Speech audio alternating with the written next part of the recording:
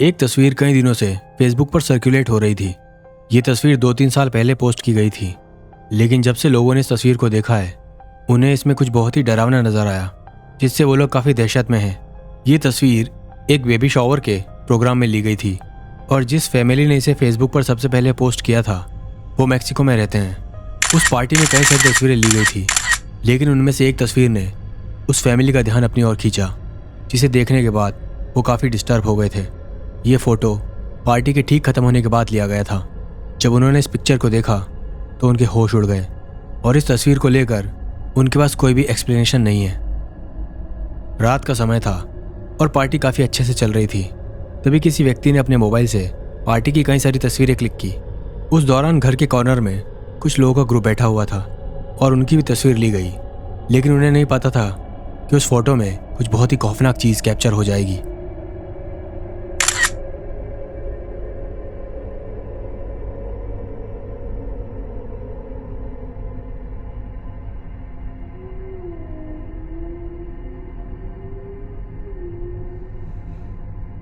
जिस family group की ये तस्वीर है उनके मुताबिक जब ये पिक्चर क्लिक की गई थी तब सबसे लास्ट में बैठी लेडी के पास कोई भी शख्स मौजूद नहीं था, लेकिन इस इमेज के अंदर एक औरत का चेहरा साफ देखा जा सकता है जो उस ग्रुप के बगल में ही बैठी नजर आ रही है।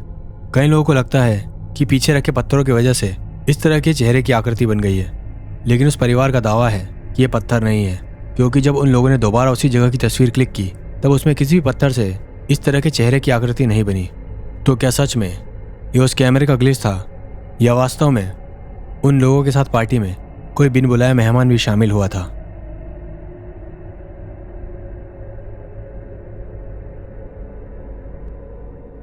चिली के एक टिकटॉकर फ्रांसिस्को विलेगस को अपने घर में कुछ दिनों से कई अजीब सी गतिविधियों का अनुभव हो रहा था। उसे ऐसा महसूस हो रहा था जैसे उसके घर में कोई काली परछाई घूमती रहती है। उसे कई बार रात के समय स्लीप पैरालिसिस भी हो चुका है।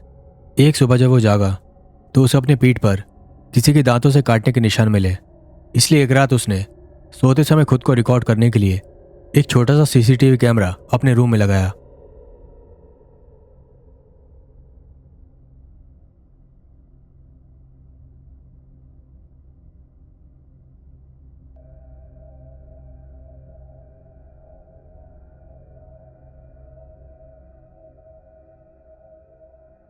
दिलचस्प बात यह है कि फुटेज में एक सफ़ेद धुंधली आकृति साफ देखी जा सकती है, लेकिन उस दौरान फ्रैंको के डॉग को इससे कोई भी परेशानी नहीं होती है और वो लगातार सोता रहता है। लेकिन 3 दिन बाद जब फ्रैंको रात को सो रहा था तो उसके साथ ऐसा कुछ हुआ।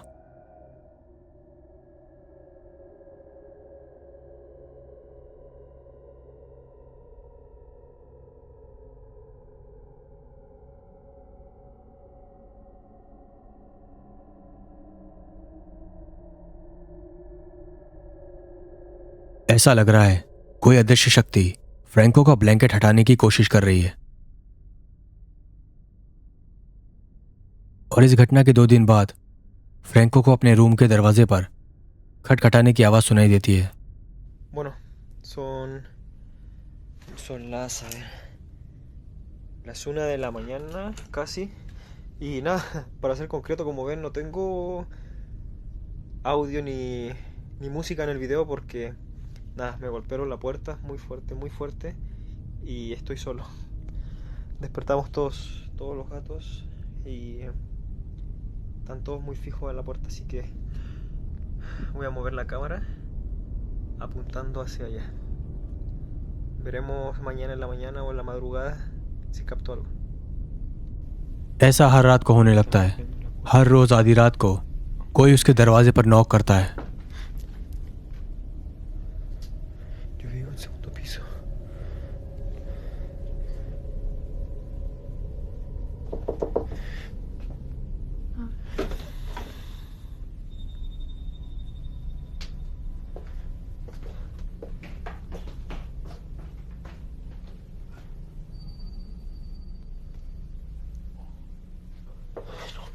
इसके बाद उसने जो कैमरा अपने रूम में लगाया था वो उसका फेस डोर की तरफ कर देता है।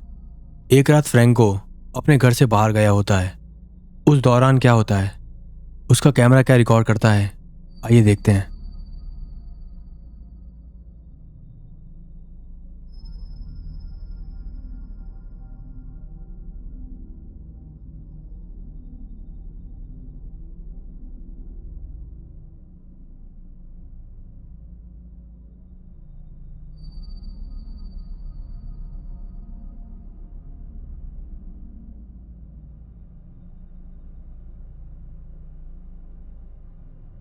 इस घटना के बाद 5 दिन ऐसे ही गुजर जाते हैं, लेकिन छठवें दिन फ्रैंको के कैमरा में कुछ बहुत ही डरावना सा दृश्य कैद हो जाता है।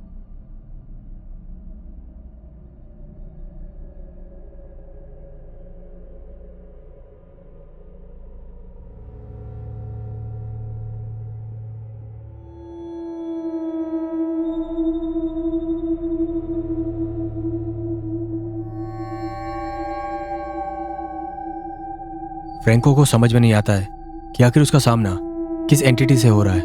ये बहुत ही भयानक नज़ारा था। एक रात वो अपनी खेलती हुई पालतू बिल्ली का वीडियो बना रहा था, लेकिन उसे अंदाजा भी नहीं था कि उसे ऐसा करते हुए कोई चुपके से देख रहा था।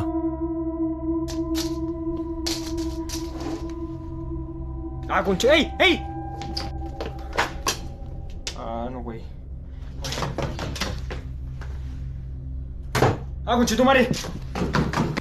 वो बुरी तरह डर जाता है और इसके बाद ऐसा कई बार होने लगा। Deja de wearme, concha tu madre. Ah, concha tu madre, concha tu madre. Ey, no.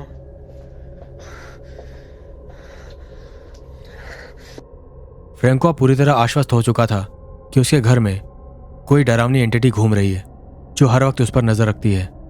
Casa, ¿por qué? Se fue también acá y pareciera como que está quemando.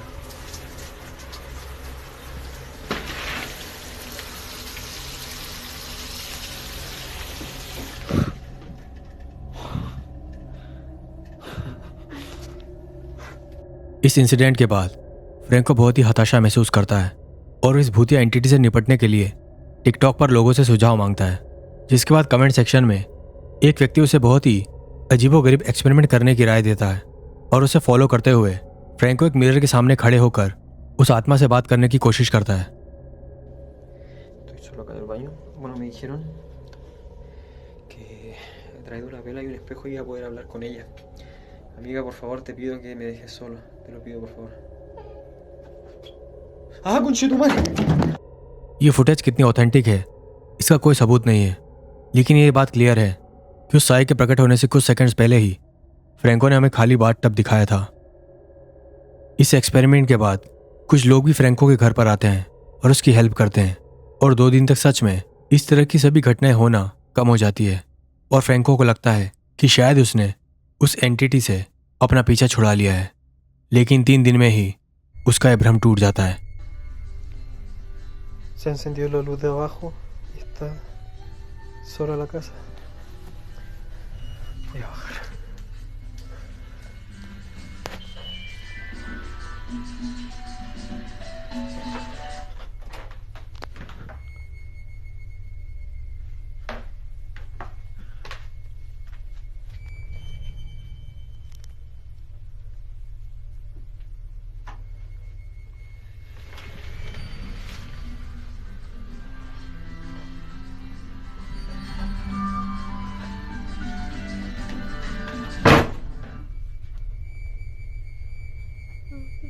Ya mejor no lo hago. Hay ruido en el primer piso. Y está...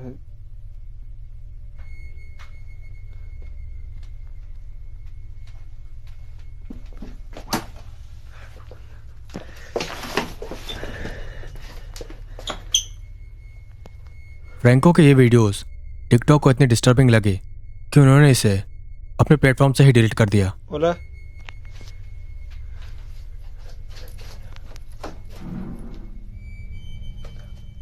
तो आखिर वो कौन सी entity थी जो आए दिन Franco के साथ भी कबू खेलती रहती थी? तो क्या फ्रैंको विलेगास का घर सच में प्रेतबाधित था या ये सब वीडियोस क्रिएटेड हैं? अगर जो कुछ भी इस वीडियो में दिखाया गया सच है तो फ्रैंको को तुरंत उस घर को खाली कर देना चाहिए। आपको क्या लगता है इस फुटेज के बारे में? कमेंट सेक्शन में लिखकर ज़रूर बताएं।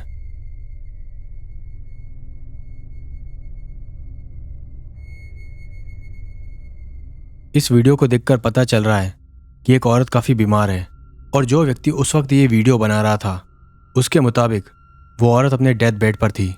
जब उनका कोई करीबी उस स्क्रीन को देख रहा था तो उन्हें फोकस में कुछ अजीब सा दिखाई देता है। What the f is that? It's like something touching her.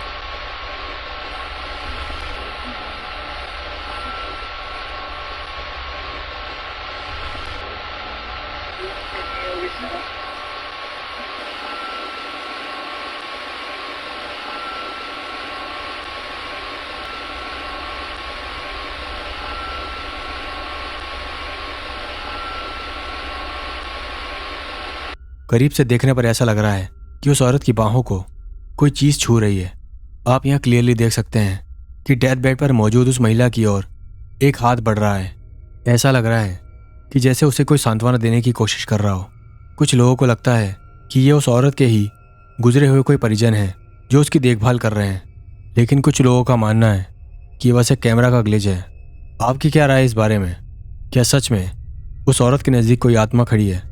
इस रहस्यमय हाथ के पीछे आखिर क्या एक्सप्लेनेशन हो सकती है?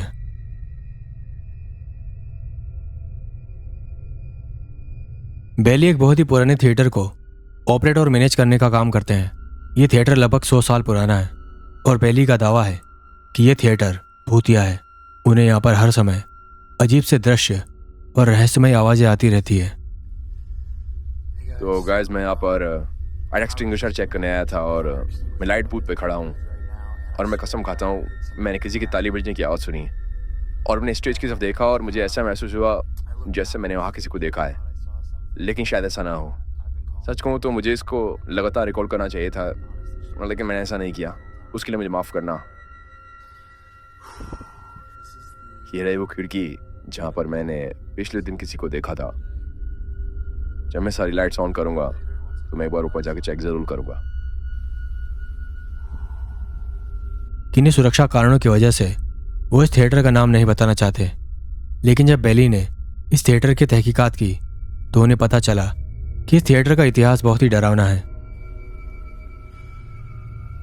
Hello?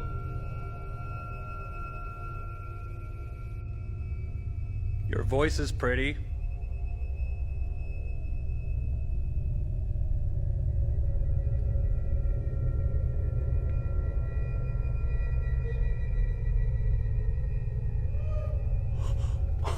लोगों का मानना है कि इस थिएटर के संस्थापक की मौत आज से लगभग 60 साल पहले हो गई थी, लेकिन वो आज भी यहाँ पर भटकते हैं और यहाँ की निगरानी करते हैं। एक रात जब बेली थिएटर में अकेले थे तो उनके कैमरे ने एक बहुत ही अजीब सी चीज़ कैद कर ली।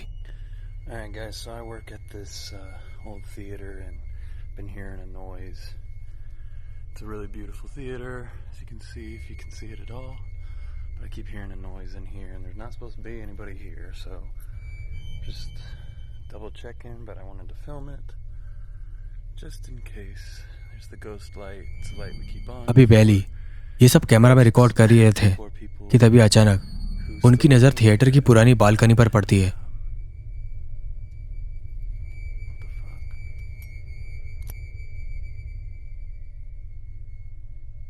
What is that? Hold on, let me get a better look.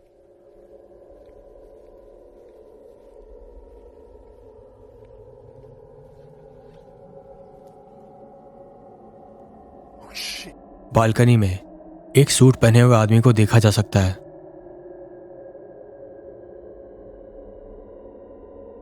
बेली का कहना है कि उस एरिया तक केवल उन्हें ही जाने की अनुमति है, इसलिए कोई रास्ता नहीं है कि कोई भी और वहां पर पहुंच सके। तो क्या ये उस थिएटर के संस्थापक का भूत हो सकता है जो आज भी अपनी ड्यूटी कर रहा है और जिसने अभी भी ये थिएटर नहीं छोड़ा है?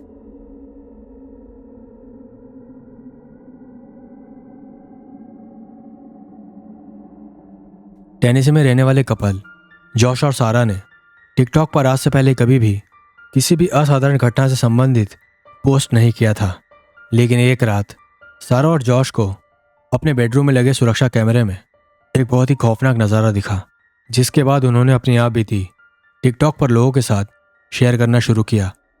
घटना के पहले दिन जॉश अपनी बेटी एमा के पास ही सो रहा होता है। उस रात सीसीटीवी फुटेज में क्या कैप्चर हुआ, आइए देखते हैं।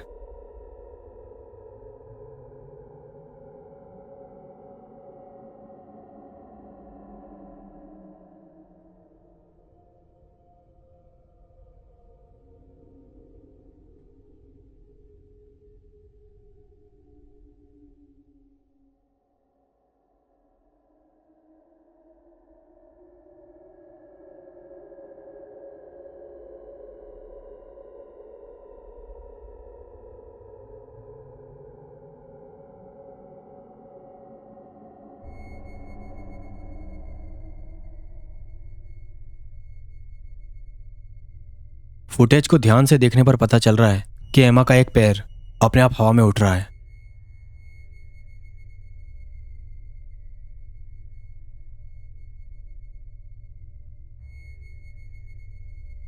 अगर आप इससे भी सेटिस्फाइड नहीं हैं तो आप ये नेक्स्ट फुटेज देखिए, क्योंकि अगले दिन भी कुछ वैसा ही होता है।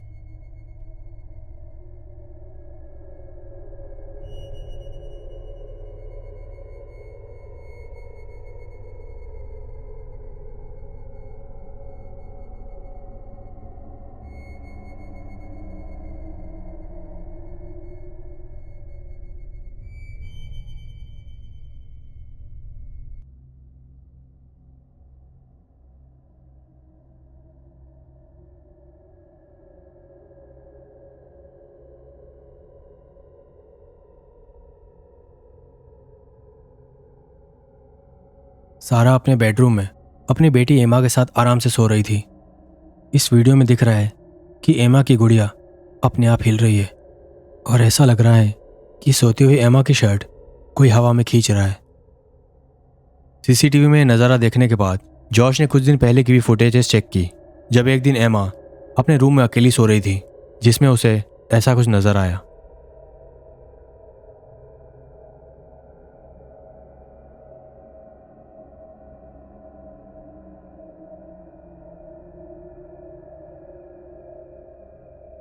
यह फुटेज देखने के बाद जॉश काफ़ी परेशान हो जाता है।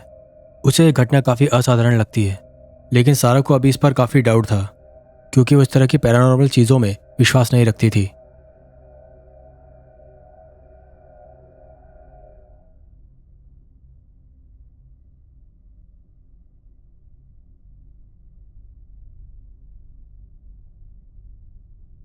एक रात एमा कुछ अलग सा बिहेव करने लगती है। ऐसा लग रहा है कि वो किसी चीज़ के साथ इंटरेक्ट कर रही हो, और वो जो भी चीज़ है वो केवल एमा को ही नजर आ रही है। लेकिन एक दिन स्थिति और ज़्यादा भयानक हो जाती है, जब एक रात जॉश अपने ऑफिस में ही रहता है और सारा आधी रात के करीब गहरी नींद में सो रही थी, और उसी दौरान एमा के कमरे में लगा बेबी मॉनिटर कुछ बहुत ही भयानक चीज़ कैप्चर कर लेता है।